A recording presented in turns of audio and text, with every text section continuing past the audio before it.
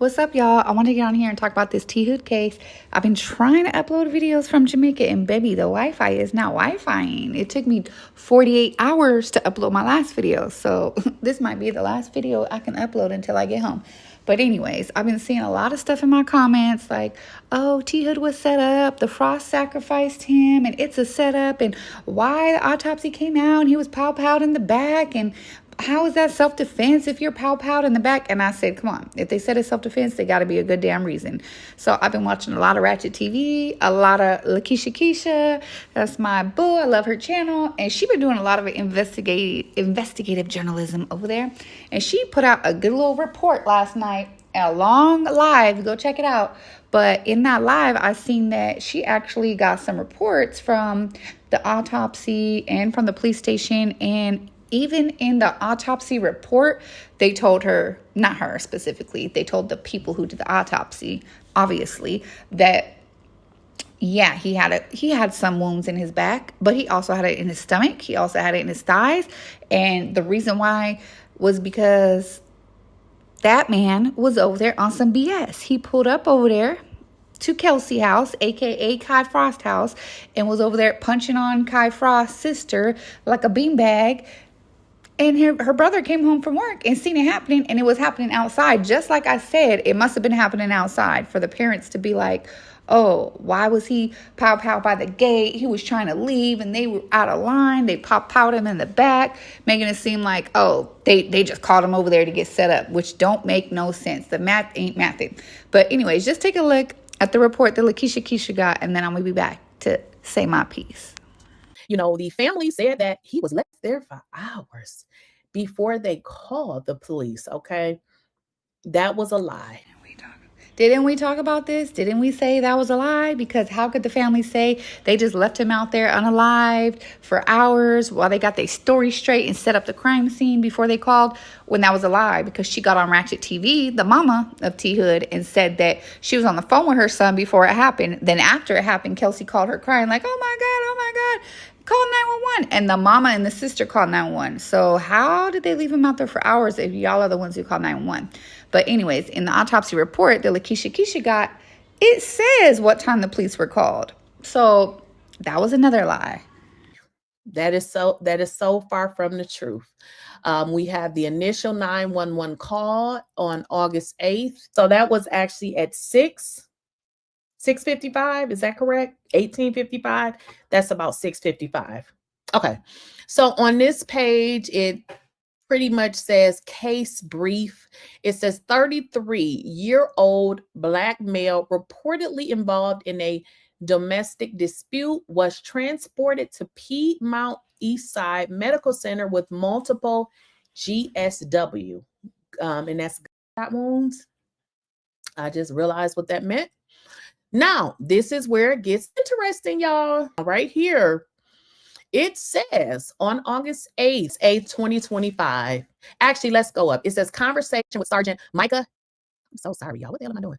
Okay, I'm sorry. Let me go up. It says investigator narrative report of. It says on August 8th, 2025 at 20:46 hours, investigator Sabrina Escobar was instructed to contact Olivia Beamfo, RN, which registered nurse with Piedmont Eastside Medical Center. Nurse Bamfo was reporting the death of a 33-year-old black male who had sustained multiple gunshot wounds to the upper torso, buttocks, and lower extremities at the location of. This is where it took place, the house. Obviously, I took their address off. The suspect was transported via County Fire and Emergency Service, arriving at 19:42 hours and pronounced. He passed shortly after the arrival.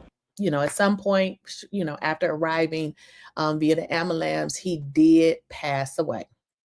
Now, this investigator Escobar informed Nurse Beamfo that the Gwinnett County Medical Examiner's Office would accept jurisdiction in this case and that arrangements would be made to have the suspect transported to the Gwinnett County morgue for an examination by the medical examiner. His conversation with Sergeant Micah Hedgewood, Gwinnett County Police Department Homicide Unit.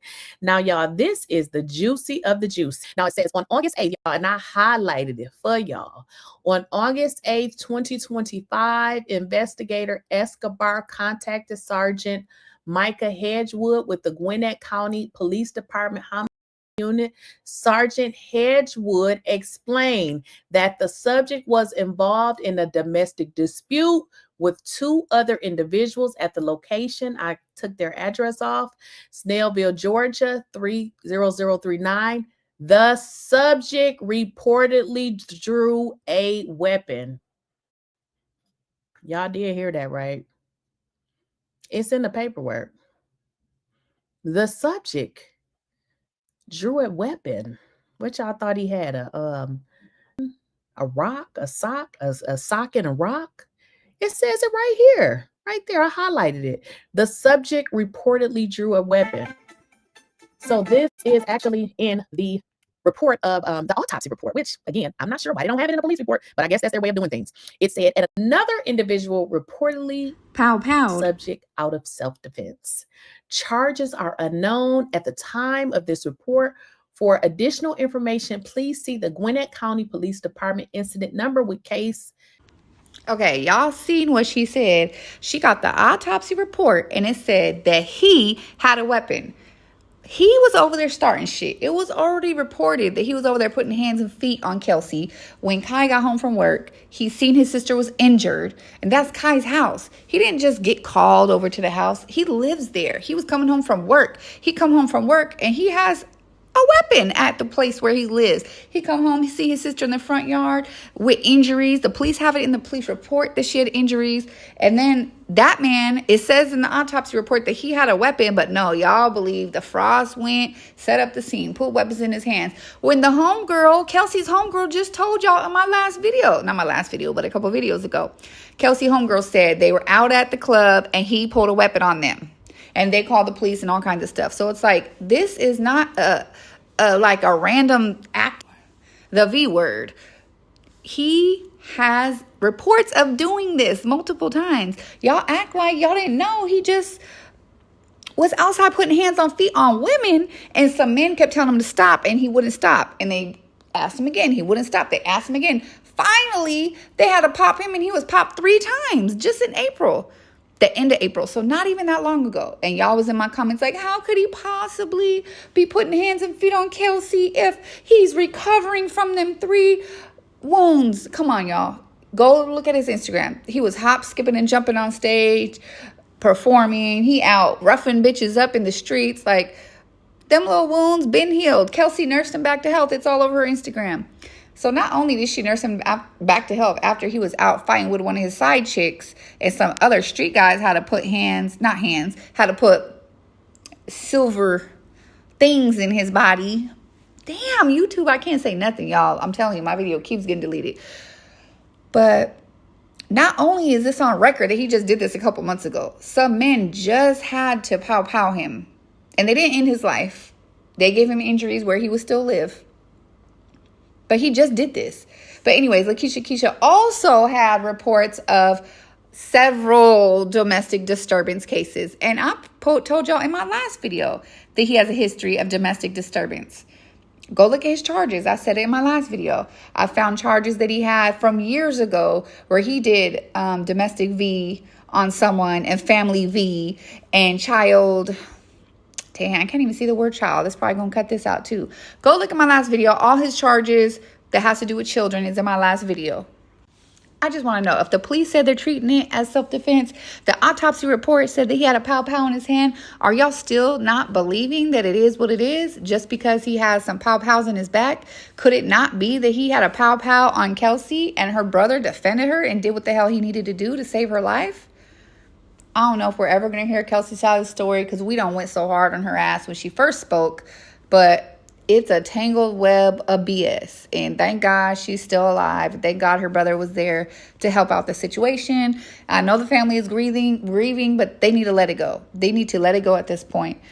But tell me what y'all think down in the comments. Please comment, like, and subscribe. Put your notification bells on.